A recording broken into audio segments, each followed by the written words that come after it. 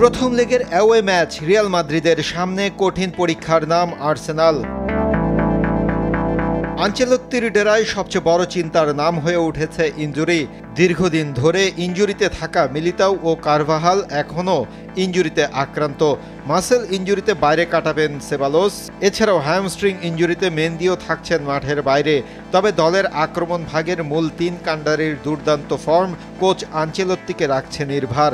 Head to হেডে দু দলের 4 বারের দেখায় 2 জয় আর্সেনালের, 1টি জিতেছে রিয়াল, বিপরীতে 1টি ম্যাচ হয়েছে ড্র।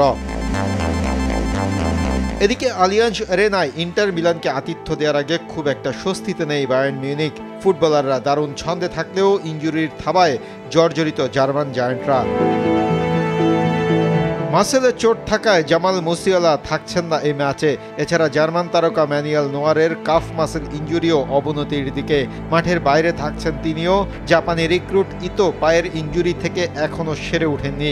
এছাড়াও ইনজুরির তালিকায় আছে কোমেন ও বাখম্যান। এত সব দুঃসংবাদের ভিড়ে স্বস্তির খবর হলো ইন্টার মিলানের বিপক্ষে বায়ার্নের খেলা সবশেষ 5 ম্যাচের পরিসংখ্যান। 4টি দাপুটে জয় জার্মান জায়ান্টদের দিচ্ছে আত্মবিশ্বাস। অন্যদিকে 1টি ম্যাচের জয় আছে ইন্টার মিলানের। মাহফুজুল ইসলাম, RTV।